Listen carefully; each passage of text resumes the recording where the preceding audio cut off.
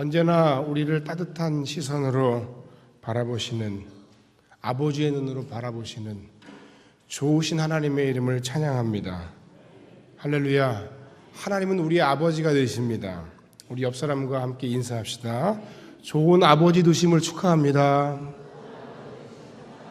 하나님 아버지께서 당신을 사랑하십니다. 할렐루야. 어린 시절 철없어서 아버지를 잘 이해하지 못했던 아들이 이제 40 중반이 됐습니다. 그 아버지가 돌아가신 지가 벌써 17년이 넘었어요.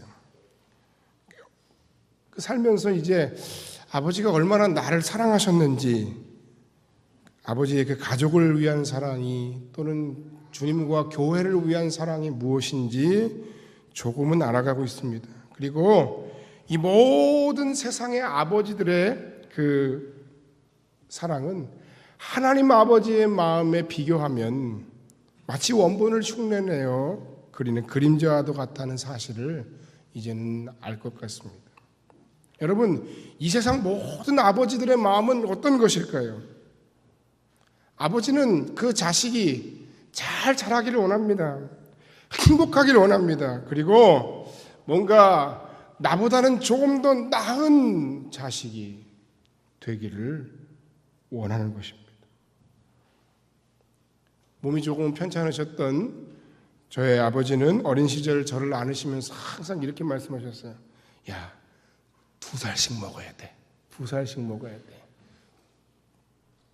1년에 꼭 2살씩 먹어라. 지금은 그러면 안 되겠죠. 어릴 때는 왜 그러시는지 잘 몰랐어요.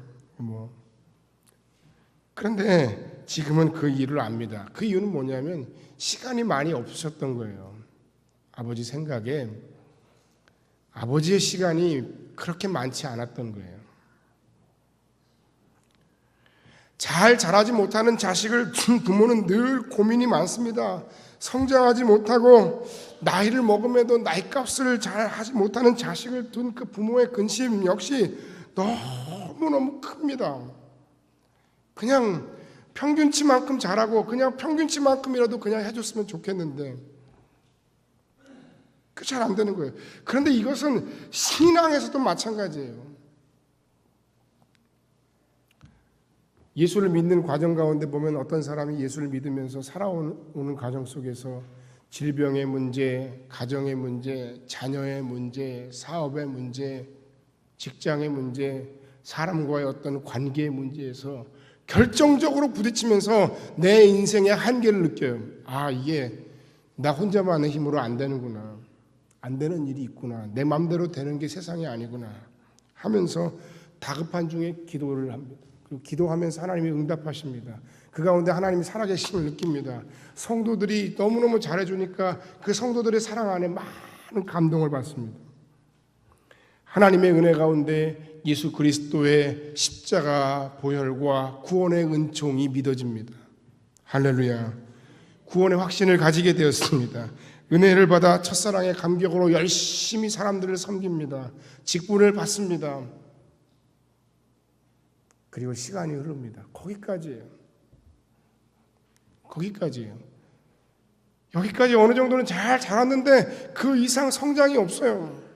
성장이 없으니까 그를 바라보는 목자의 마음, 목사의 마음, 그를 바라보는 하나님의 마음은 너무나도 안타깝고 답답하게 그지없는 거예요. 교회에서는 예수를 잘 믿는데 세상에 나가면 과거의 내 모습 그대로입니다. 아니, 심지어는 교회에서조차 옛날에 은혜 받았을 때는 안 그랬는데 이제 그 은혜가 떨어지고 나니까 과거 옛날엔 내가 하던 습성들, 내가 하던 생각들, 내가 하던 방법들을 교회 안에서 자꾸 이건 이렇게 해야 된다고 저렇게 해야 된다고 사람들하고 부딪히기 시작해요. 남 말할 처지가 아닙니다. 이게 우리 모습이에요. 그리고 이것이 한국교회의 모습이에요. 구원받은 삶은 있는데, 구원받은 영혼은 있는데, 그 구원받은 이후에 우리가 하나님의 사람으로 이 세상 가운데서 어떻게 살아야 되는지 별로 고민도 없고, 어떻게 살아야 하는지 배운 적도 없고, 시간이 흐르면 흐를수록 더 성장하고 자라고 뭔가 성숙해지는 것이 아니라 자꾸 뭐예요? 한계가 드러나고 바닥이 드러나고 그 신앙이 너무 이기적이에요. 왜? 처음에 이기적인 그것으로 신앙이 출발했기 때문에 그걸 뛰어넘고 극복해야 되는데 그 자기밖에 모르고 자기 가정밖에 모르고 자기 자녀밖에 모르고 자기 교회밖에 몰라요. 몸은 굉장히 많이 자랐는데 예? 뭐 요새 초등학교 5, 6학년 보셨어요, 여러분? 여러분보다 더 커요. 놀랄 만한 일입니다. 제가 5학년이야? 제가 6학년이야? 몸만큼은 뭐합니까? 외형적으로 걸치는 건 많아지고 뭔가 사회적으로 얻은 건 많고 성취는 많은데 우리 거기에 우리의 신앙이, 우리의 마음이, 우리의 정신이 따라가지 못해요. 여러분, 이것이 바로 하나님 아버지의 근심거리가 되었습니다. 그 성경에도 보면 그런 표현들이 참 많잖아요. 예, 너희가 부드러운 것 먹는데 딱딱한 것은 먹지 못한다. 그리스도 예수의 장성한 분량에 이르기까지 너희가 성장해야 된다. 이런 말씀들을 하시잖아요. 그래서 구원받은 당신을 향한 하나님 아버지의 마음, 하나님 아버지의 진정한 관심은 뭐냐면 한마디로 말해 여러분 한 사람 한 심령의 영적인 변화와 성숙입니다. 할렐루야. 기독교 복음의 진정한 능력은 어떤 외형적인 기적이나 물질적인 풍요나 기도의 응답이나 육신적인 강건함에만 국한되는 게 아니에요. 그냥 번영주의 신앙에서 말하는 그것만 이야기하는 게 아니에요. 영혼이 잘 되고 몸이 잘 되고 범사가 잘 되고 사업이 잘 되는 것만 기독교 신앙의 기독교 정신의 핵심, 근본적인 핵심이 아니라는 거예요. 내가 예수로 말미암아 구원받았습니다. 아멘, 할렐루야. 그것이 구원의 완성이 아니에요. 그건 뭐예요? 시작점이에요. 그냥 구원받았으니까 이제 그걸로 끝이라고 생각해요. 그러니까 구원파 같은 아이들이 나오는 거예요.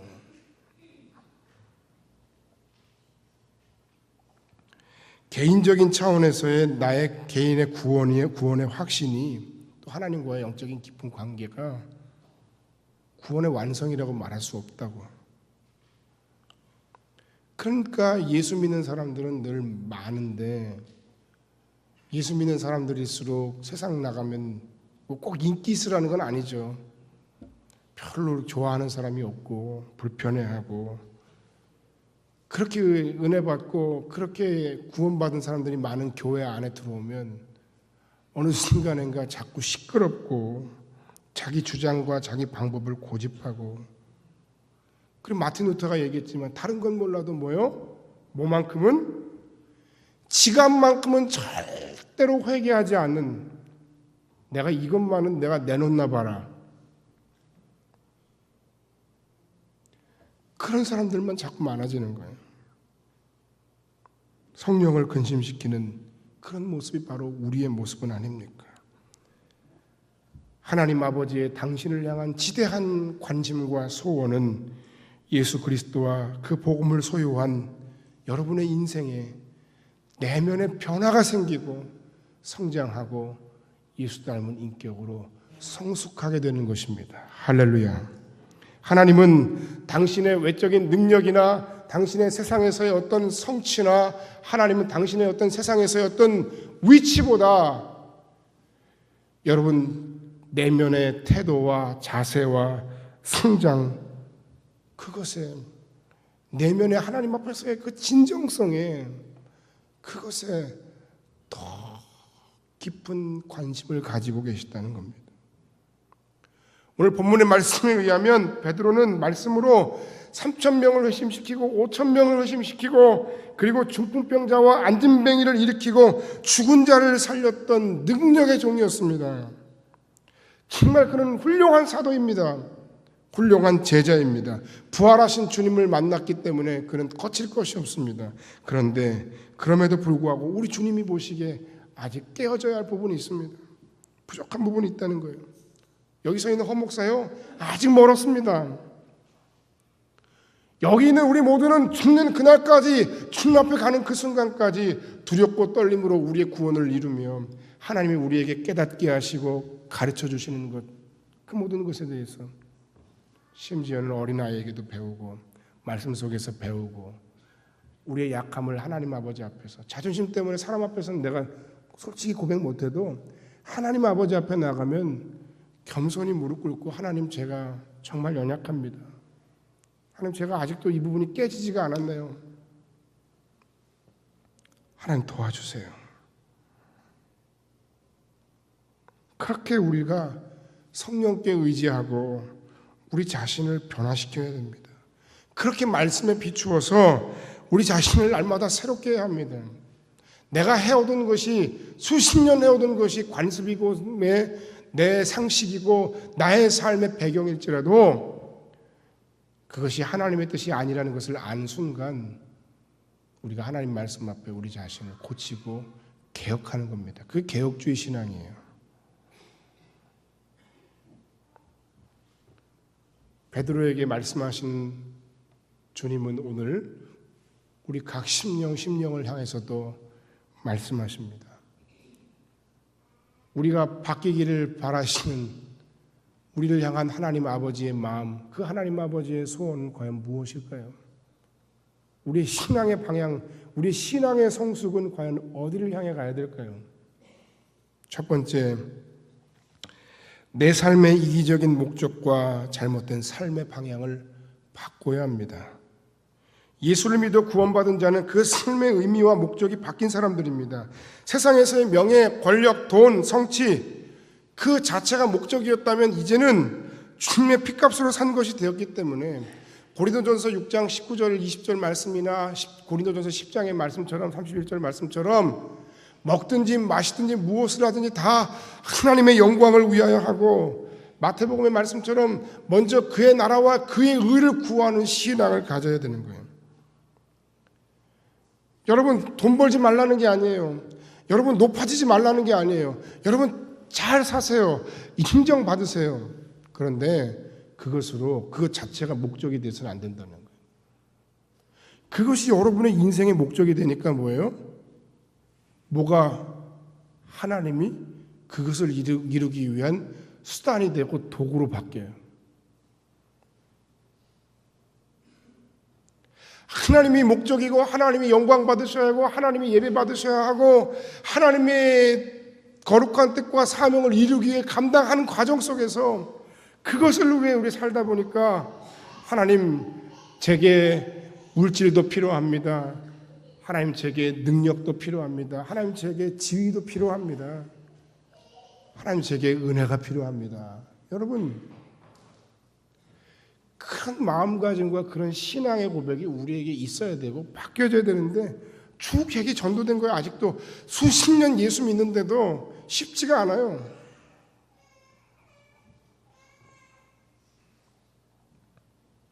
그것이 우리의 신앙의 어떤 첫 번째 문제가 아닌가 생각합니다. 죄악에 물든 세속적인 삶이 아닌 영적인 삶을 우리가 추구하고 살아야 하는데 그 영적인 삶에 대한 오해도 우리에게 있어요. 뭐죠? 영적인 삶은 너무 추상적이고 영적인 것으로만 오해하고 있어요. 신앙적인 삶을 교회와 세상에서의 삶으로 구분해요. 교회 안에 있으면 내가 여기서 뭐 죄를 짓든 뭐하든 이건 영적인 삶이고 세상에 나가면 그건 다 뭐 그냥 별로 의미 없고 쓸모없는 일처럼 그렇게 생각해요. 세상에서의 삶은 다 악하다고 생각해요. 오직 교회에 와서 예배하고 기도하는 것만 선한 것으로 얘기해요. 그러나 여러분, 진정으로 우리가 하나님 앞에서 사는 영적인 삶이라는 것, 그것은 내가 어디에 있든지 내가 무엇을 하든지 내가 예배를 하든지 아니면 내가 세상에서 직장 가운데서 나의 생업을 위해 일을 하든지 아니면 내가 수십 년 만에 내 초등학교 동창들을 만났든지 어떤 상황에서도 주님은 나와 함께 하시고 나는 주님을 모시고 있으며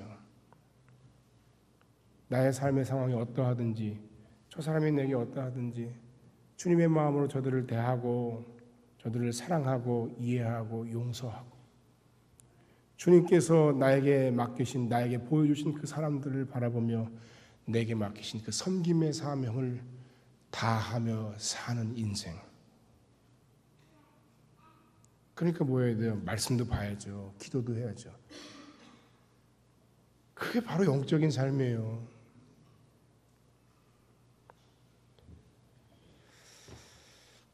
여러분, 이제는 우리가 바꿔야 합니다. 생각을 바꿔야 합니다. 삶의 목적을 바꿔야 합니다. 삶의 방식을 바꿔야 합니다. 베드로는 누가복음 5장에서 주님을 만난 후에 주여 나를 떠나소서 나는 죄인입니다.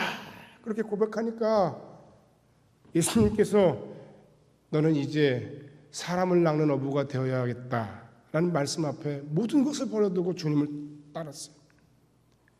자기의 생각, 자기의 모든 경험치, 자기 모든 직업까지도 심지어 버리고 주님을 따랐어요. 뭐 이게 다 아무것도 하지 말고 목사가 되라는 뜻이 아니에요. 그 삶의 방향과 방법과 목적에 대해서 우리가 그렇게 돼야 된다는 거예요. 바울 사도도 마찬가지죠. 다메섹 도상에서 예수님을 핍박하기 위해서 가던 도중에 다마스커스죠. 거기서 만났던 그 경험을 사도행전 22장에서 자신이 한 번 더 간증하면서 뭐라고 얘기합니까? 그가 첫 번째 주님 앞에 주 누구십니까? 라는 물음 뒤에 두 번째 질문이 그거예요. 주여 내가 무엇을 하여야 하리까? 이 예수 만난 사람들의 변화예요. 첫 번째 변화예요. 여러분 무엇을 위해서 지금 그렇게 열심히 뛰십니까? 여러분 우리가 추구하고 살아가는 삶의 목적은 무엇입니까?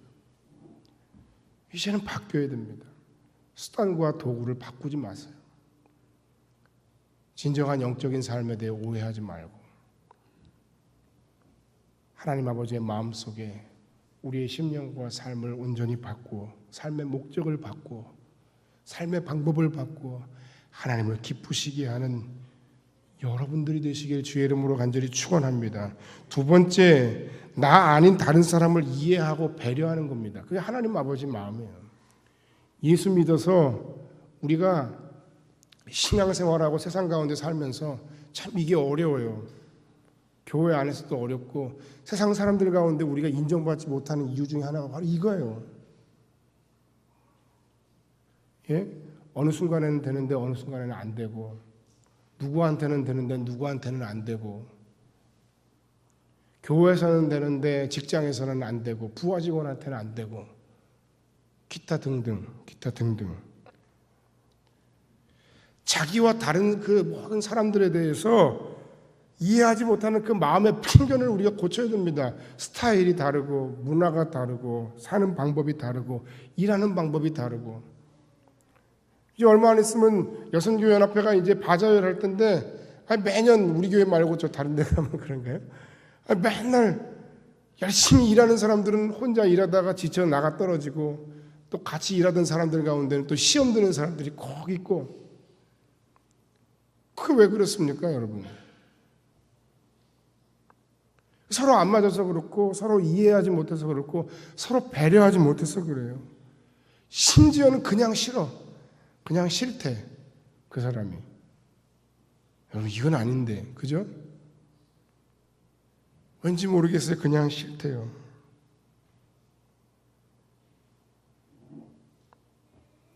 저도 싫은 사람이 있어요. 스타일상 안 맞는 사람이 있단 말이에요. 오해하지 마시고. 그러니까 어쩌라고요? 이거는 하나님이 기뻐하시는 모습이 아니라는 겁니다. 교회가 하나님의 일을 감당하는데 뭔가 효과적으로 능력을 감당하려면 이런 사람도 필요하고 저런 사람도 필요하고 이런 사람도 필요하고 네모로 생긴 사람도 필요하고 동그라미로 생긴 사람도 필요하고 세모로 생긴 사람도 필요한 거예요. 이런저런 사람들의 역할과 능력과 그 모든 마음이 하나 되고 극대화될 때 하나님의 영광 받으시고 그 하나님의 일들이 효과를 보는 거예요. 소위 세상에서는 그걸 뭐라 그래요? 외연을 넓힌다 그러잖아요. 외연을. 그게 안 되면 안 된다는 거예요.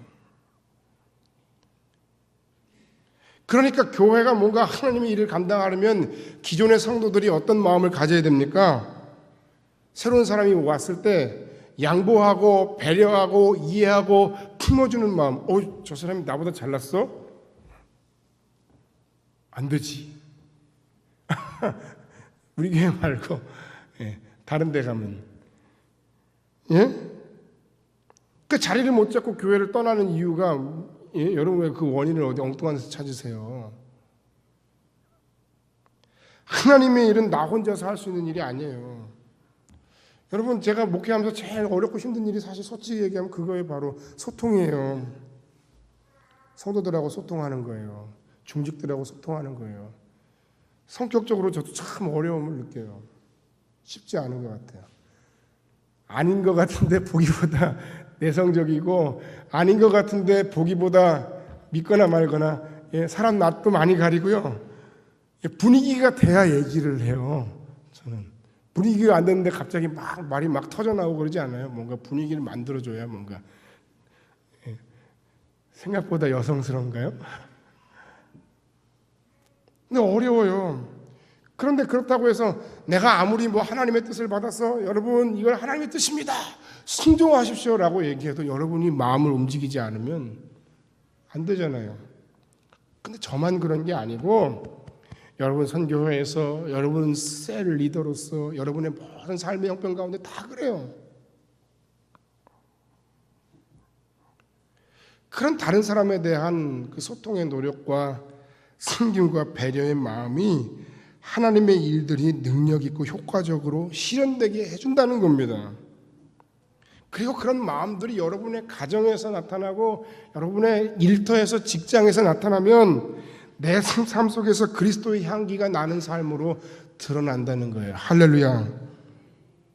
그리고 결국 잘 들어보세요. 그런 여러분의 다른 사람들을 향한 배려와 이해와 섬김은 누구를 위한 거냐면 여러분 자신을 위한 거예요. 왠 줄 아세요? 여러분이 어디에 있든지 무엇을 하든지 여러분이 그런 그리스도 예수의 제자된 삶의 모습을 보이며 사랑하고 이해하고 배려하면 사람들이 여러분 다 좋다 그래요. 절대로 여러분 싫다고 안 해요. 호불호가 너무 분명한 거 꼭 좋은 것만은 아니에요. 때로는 좋을 수도 있는데 누가 여러분과 일하는 걸 꺼려합니까? 혹시라도? 그럼 한번 돌아보는 거예요. 한번 돌아보세요. 내 그 틀을 깨야 내가 성장하고 하나님이 나를 쓰신다니까요. 난 이렇게 숨겨 먹었으니까 그냥 내버려둬 이렇게 살다 죽게. 그거 안 된다고요. 다른 사람에 대한 태도, 겸손한 마음의 자세, 기본적인 성품, 경청 이런 모든 것들 우리가 아무리 능력이 출중해도 목사가 그런 걸 잘 못하면 안 되죠. 저는 많이 부족한 걸 고백해요. 그렇기 때문에 이 부분은 다른 사람을 위해서라기보다는 궁극적으로는 나 자신을 위한 일일 수 있는 거예요. 한 교회 안에서 혹은 믿지 않는 세상 사람들과의 관계 속에서 여러분은 얼마나 부딪히고 힘겹게 사십니까?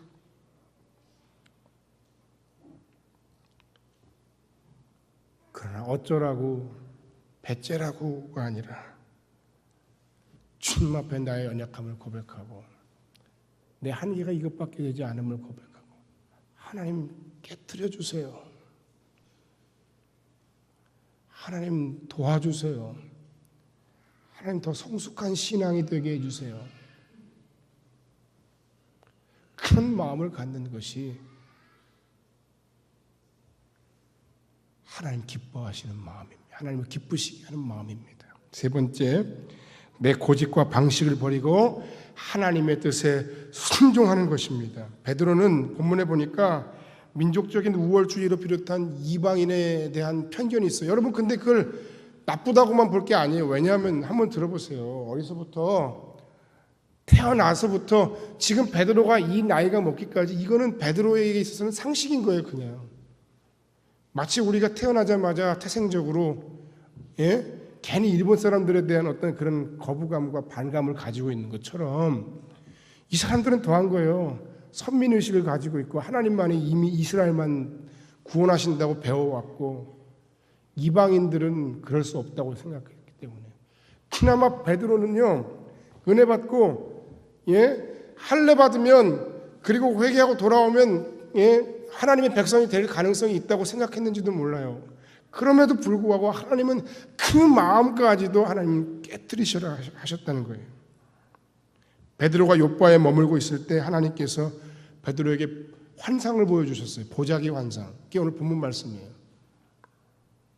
율법에 의하면 아주 더럽고 먹으면 안 되는 동물들, 음식물들을 그거를 다 보자기에 싸서 내려와서 잡아 먹으라 하시는데 베드로가 그럴 수 없나이다 그렇게 얘기하고 있죠. 근데 여러분 이 베드로의 신앙의 모습이 얼마나 이율배반적인지 한번 생각해 보세요.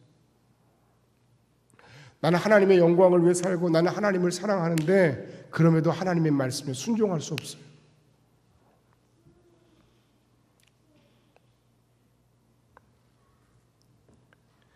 베드로는 예수로 말미암은 구원의 은총을 유대인에게만 적용하려 했지만 하나님의 뜻은 그렇지 않았어요.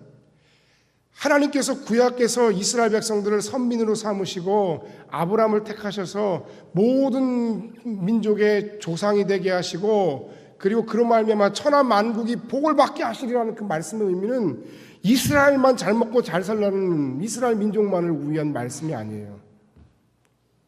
큰 어떤 하나의 영적인 못자리판이에요. 그를 통해서 천하 만국이 복을 받는 거예요. 그게 하나님의 뜻이었던 거예요. 근데 그들은 잘못 해석한 거죠. 가기 싫은데 하나님은 자꾸 가라 하시는 거예요. 여러분, 이 말씀은 비단 어떤 이방인에 대한 전도에만 국한해서 우리가 이 말씀을 볼 게 아닙니다. 당신은 순종하는 사람입니까? 아니면 하나님의 뜻, 하나님의 말씀보다는 내 생각, 내 계획, 내 방법 이것을 더 중요하게 생각하는 사람입니까? 그러니까 우리가 그 순종을 향해 그리스도 예수 안에서 성숙을 향해 나아가야 되는데 그 사랑과 순종이 바로 성숙의 바로미터인 거예요. 뭐가 도대체 신앙이 좋은 거예요? 신앙이 좋다는 거의 기준이 뭐예요, 여러분? 사랑하지 않으면서 무슨 신앙이 좋은 거예요? 거짓말이에요. 순종하지 않는데 용서할 수 없고 순종할 수 없는데 무슨 신앙이 좋은 거예요? 여러분 순종해 보셨어요? 정말 아프게? 그 순종이 얼마나 힘든 건 줄 아세요? 내 뜻과 내 생각과 내 계획과 방법을 꺾고 포기하고 하나님의 말씀에 순종하고 하나님의 뜻이라 여겨지는 것에 순종하는 게 그게 얼마나 힘든 건 줄 아세요, 여러분? 너무 아프고 너무 힘들고 너무 고통스러운 거예요, 여러분. 내가 다 계획 세워놓고 이게 옳은 것이라고 생각했는데 하나님이 막으시는 거예요. 바울 사도가 아시아로 복음을 전하기 위해 가려고 정말 기도 열심히 하고 준비 다 하고 나는 이제 아시아로 복음을 전하러 간다 했는데 사도행전 15장 16장 15장에 보니까 예수의 영이 허락지 않아요. 성령이 허락지 않아요.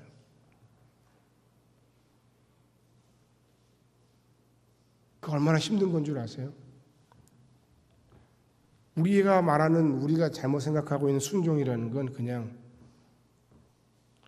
하나님의 말씀, 하나님의 뜻과 내 계획, 내 뜻, 내 상식 이것이 합치될 때 맞아요.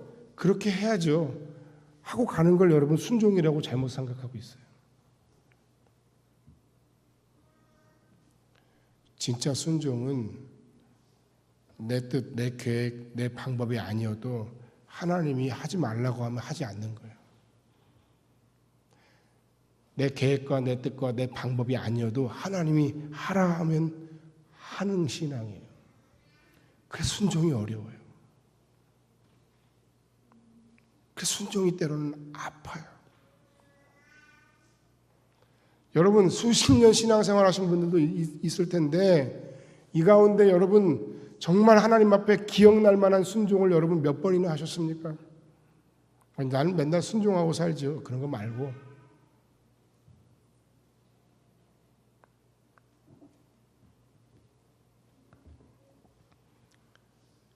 하나님께서는 자기를 부인하고 자기 선입견을 포기하고 방법을 포기하고 자존심도 내려놓고 하나님 앞에 순종하는 사람을 찾고 계십니다. 그리고 이 모든 순종이 가능하도록 나를 바꾸고 변화시키고 나의 내면을 성장시키는 것이 바로 복음의 능력입니다. 그 순종의 삶에 하나님은 진정한 샬롬, 평안을 허락하십니다. 할렐루야. 순종해 보세요. 처음엔 힘든데 하고 나면 너무 편해요. 너무 마음이 편해요. 마지막 네 번째 하나만 더 말씀드립니다. 하나님께서 바라보시고 아파하신 그들에게 관심을 갖고 찾아가는 것, 그것이 바로 하나님 아버지의 마음, 그것이 바로 우리를 향한 하나님 아버지의 소원이자 우리의 영적인 성숙을 향해 나아가는 진정한 성숙한 신앙의 모습입니다. 순종의 그 구체적인 내용에 있어서 내가 그러면 누구한테 나아갈 것인가? 누구에게 하나님의 이름으로 나아갈 것인가? 근데 여기에 우리에게 가르침이 될 만한 주님의 말씀이 있죠. 누가복음에 보면 어떤 율법사가 예수님을 찾아와서 누가 내 이웃이 될 만한 사람입니까? 라고 물으니까 율법사의 그 질문에 예수께서 그 선한 사마리아인 비유를 통해서 이렇게 질문을 바꿔주십니다. 누가 강도 만난 자의 진정한 이웃이 되겠느냐? 선한 사마리아인입니다. 옳다. 너도 가서 그와 같이 해라. 내가 사랑하고 내가 섬길 만한 사람 누구죠? 내가 예수의 복음을 전하고 심지어 내가 섬겨야 할 대상은 누구죠? 내가 좋아하는 사람, 그들을 향해 내가 나아가겠습니다 하는데 하나님은 우리에게 강도 만난 사람의 진정한 이웃이 되라, 그렇게 말씀을 하시는 거예요. 또 한 군데 있습니다. 마태복음 25장 31절 이하에 보면 마지막 심판날, 이 세상의 심판날 혹은 개인의 마지막 종말의 순간에 하나님께서 누군가든 그를 양과 염소의 자리에 나누시고 축복하시며 책망하십니다. 34절에 보면 내 아버지께 복받을 자들이여 나와 창세로부터 너희를 위하여 예비된 나라를 상속하라 하시면서 축복하시는데, 양이라고 칭찬받고 축복받는 그들의 행적에 대해서 이렇게 말씀하십니다. 너는 내가 목마를 때 마실 것을 주었고, 너는 내가 배고플 때에 먹을 것을 주었고, 너는 내가 헐벗을 때에 옷 입혀 주었다. 제가 언제요? 예수님의 대답이 뭐죠? 따라합시다. 지극히 작은 자 하나에게 한 것이 곧 내게 한 것이다. 우리는 작은 교회 혹은 세상의 곳곳의 모든 지구촌에 혹은 우리의 사회 곳곳의 아픈 현실들을, 심장들을 바라보면서 적어도 우리가 그 현장마다 다 쫓아다니지 못하고 그 현장마다 다 챙길 수는 없을지라도 적어도 뭐예요? 우리 마음 한켠에 뭔 가져야 될까요? 뭔가 빚진 마음들과 냉수 한 그릇이라도 섬기려는 섬김의 마음을 회복하는 것이 진정한 그리스도인의 모습이고, 그것이 바로 하나님 아버지의 마음이에요. 나의 오이코스를 작정함에 있어서 모든 편견을 버리고 주님께서 바라보시고 아파하시는 그들을 주님의 마음과 시선으로 바라보는 그런 모든 사역자, 모든 하나님의 사람의 모습을 갖는 것이 진정한 하나님의 백성의 모습이어야 된다는 거예요. 여러분, 우리 교회 여러 곳곳에서, 이 지역에서 많은 문화선교 사역을 해요. 잘난 척하는 게 아니라 정당에 감히 말씀드리건대, 우리만큼 폭넓게, 우리만큼 다양하게 많은 사역을 벌리는 문화사역의 현장도 아마 흔치 않을 거예요. 교실로 해서 강좌는 수백 개도 만들 수 있죠. 그런 의미의 문화선교가 아니에요. 그런데 여러분, 중요한 건 그런 것을 우리가 하고 있는 게 중요한 게 아니라, 그곳에서 모든 문화사역의 사역자들이, 모든 만나는 사람들, 모든 어린 심령들, 그들의 부모들, 그리고 때로는 이름도 알지 못하는, 다시 만나지도 못할 카페에서의 나그네 한 사람일지라도 최선을 다해 주님을 섬기는 마음으로 섬기는 것이 문화선교의 시작이에요.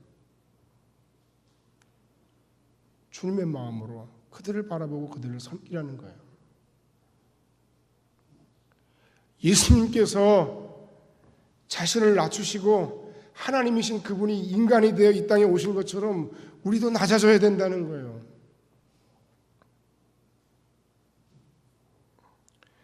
특별히 하나님의 인도하심 속에 시작되는 비영리 사단법인 티나머니 사역이 있습니다. 지난 4월에 우리가 발표하고 5개월이라는 시간이 흘렀어요. 제가 계획했던 시간보다 좀 늦어졌어요.